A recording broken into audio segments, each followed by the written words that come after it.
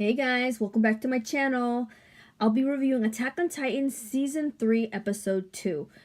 I apologize for the audio once again. I bought two mics on Amazon and they just weren't happening. I got this little one the other day and it's cool. I was like, oh, I can clip on here, but it leaves this static audio noise in the background. So I was like, fuera, freaking garbage. So I promise you I will get better audio. So for the meantime, I'll just speak loud. And this channel is a work in progress, so bear with me. Anywho, let's get to it. So, as many of you guys can tell, the shift of the story has changed. It's not like the first two seasons where we got right off the bat, the very first two episodes was Titans and Chaos. We can tell that this is more focusing on a political and the conflict within the walls. So pretty much this is human versus human. This will become more clear throughout the series, but it's just the beginning. Yo, and that Levi 3D maneuver gear scene was perfect. The choreography, the animation between Levi, Kenny, and Kenny's men was absolutely hands down just amazing. I remember reading that in the manga, and this was better than what I could ever have imagined. And even doing some still shots when I did, the animation was perfect. So the animators did such an amazing job with that whole scene. Gosh, good job with studio. I was just so happy with it. And when Levi was freaking harpooned that one guy in the head and used his body as a barrier, I was insane. And he just kept hook-shotting the men and just taking them down. So he was straight up beast mode. We also got his last name revealed. He's an Ackerman, so Levi and Mikasa have the same surname. And the anime will go further into that, so we'll get to that part later on. Sheesh, there's no mercy for Armin with these two first episodes. Poor guy gets molested the first episode, and now he's dealing with the emotional aftermath of killing a human being. Poor Armin. So he's now questioning who's bad and who's good. Because he know that Jean hesitated to kill that woman. At the same time, that woman hesitated to kill Jean. It's clear that neither wanted to kill each other, but they both were put in that same situation where they're on a side that they're thinking that they're helping humanity. I couldn't help but think of Bertolt's speech back in the end of season 2 when he was saying, who wants to kill people? Somebody has to put blood on their hands. So I couldn't help but reference back to Bert. So we have two opposing sides fighting for what they think is right, having to stain their hands with blood. And out of all people, that ended up being Armin. So the poor guy is having such a hard time. One huge thing with Attack on Titan is the whole good versus evil scenario, like who's good and who's evil. We saw that play out with last season, and it's continuing on with this season. So the whole situation with Sanas was part of it. That guy really convinced himself of all the atrocities that he had done to people was for the greater good of the people and to keep the peace within the walls. So no matter how much he got tortured, the guy was not going to say anything. It finally took Crazy Hanji to psychologically break this man down by using his comrade from reading that script to finally break him down mentally and thinking that his comrade had sold him out. So, but because of this man's mentality and the government, they had pretty much deprived the people of Paradise from advancing a technology and knowing what's outside of the walls, and they used violence to keep from anyone from discovering this.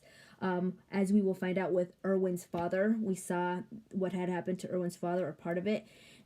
We also saw Armin's parents, trying to escape in that balloon, air balloon. But I don't feel like that's a spoiler because that never was in the manga. Isayama later on in an interview came and finally exposed that was his parents. So yeah, just heads up. But yeah, and let's talk about that torture scene. I was so disappointed in that torture scene. I had remembered that in the manga and I was so excited to see the animated, and they failed me. I did not expect Tokyo Ghoul Kaneki torture, but I expected a lot more. First of all, we saw no Hanji breaking his finger. We didn't see Levi breaking his nose and freaking smacking the crap out of him. We didn't get Hanji bringing the tray out of his fingernails. Like, we saw like half of the platter, but it was totally covered. What the heck was up with that censorship? And to us ladies, Isayama, where are my abs? Where are my Levi abs? Where are my Erwin abs? What the heck happened? Isayama, I know he knows that the ladies wanted to see that. So there was no fan service in that aspect. Where are my abs? I am so sad. Ugh. Even in the first episode, Eren had like a 4-pack instead of his 8-pack. So, that's rest in peace, abs, man. That's a bummer. Anyways, back to the review. Mr. Reeves, his scene was also different from when the manga. He was not killed in the forest, but he was killed in that city. And also with his death, took down his whole characterization. They cut out so much of his character dialogue. It was insane. I was actually pretty bummed about that as well. What else? Oh, it was revealed that the Reeses are the true royal family, that Historia's family, and that pretty much the king that's there right now is just a fake. He's just there covering up.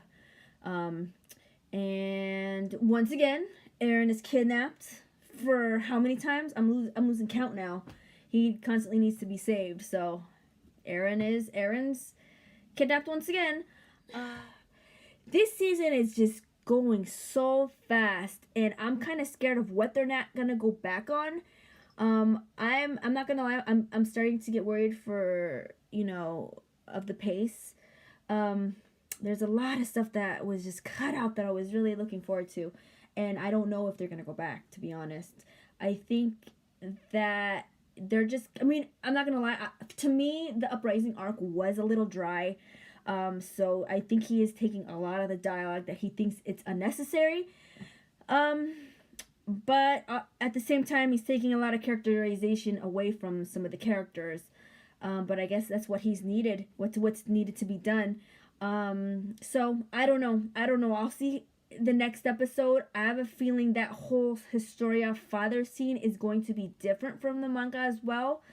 And I'm not one to nitpick at everything. Of course not. I'm not like, oh my god, that's not in the manga. This little piece is not in the manga. I understand why he has to do it. But it's just certain scenes that I was really looking for. It's just, I guess, a bummer. You guys, thank you so much for watching my review. My butt is going to bed. It's way past my bedtime. Misty, look at my cat's ready for bed. She's ready to sleep. Oh, Misty. But yeah, guys, just give me a like. I'll continue these little reviews every episode, and yeah, they're great to talk to you guys. And yeah, and chapter 107 is almost here, so I need answers. All right, guys, I'll see you back on the page, and yeah, have a great night. Bye, guys.